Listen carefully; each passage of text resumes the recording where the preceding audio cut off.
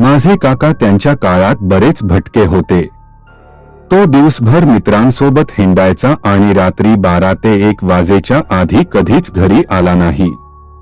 घरातील लोक त्याच्यावर खूप नाराज होते, पण पटवण्याचा त्यांच्यावर काही परिणाम झाला नाही. एके रात्री तो आपल्या मित्रासोबत नदीकाठी फिरत होता. तिथे एक अघोरी बाबा राहत होता. काका आणि त्याचे मित्र त्याला चिडवण्यासाठी त्याच्या जवळ बसले.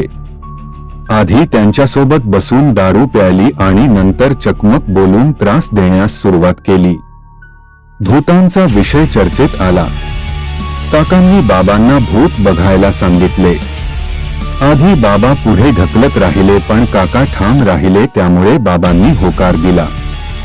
त्यांनी त्यांच्या भोवती एक वर्तुळ तयार केले आणि सांगितले की काहीही असो, बाहेर जाऊ नका. बाबा मंत्र म्हणू लागले. काका आणि त्यांचे मित्र त्यावेळी मंदहस्त होते, कारण त्यांना हा विनोद वाटला. तेवढ्यात छमसा आवाज आला आणि एक महिला तिथे आली आणि नाचू लागली.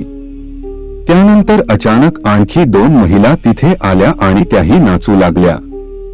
हे पाहून काका आणि त्यांच्या मित्राला धक्काच बसला. दोघांची नशा एका क्षणात नाहीशी झाली. दोघेही घाबरून तिथून पळू लागले. पण नाचणाऱ्या बायकांनी आपले नृत्य सोडून त्याला घेरले आणि त्याच्या भोवती फिरू लागल्या. तिथे बोलावल्याचा राग आल्यासारखा ती त्यांच्याकडे अत्यंत घाणेरडी नजरेने पाहत होती. दोघेही तिथेच बेशुद्ध पडले.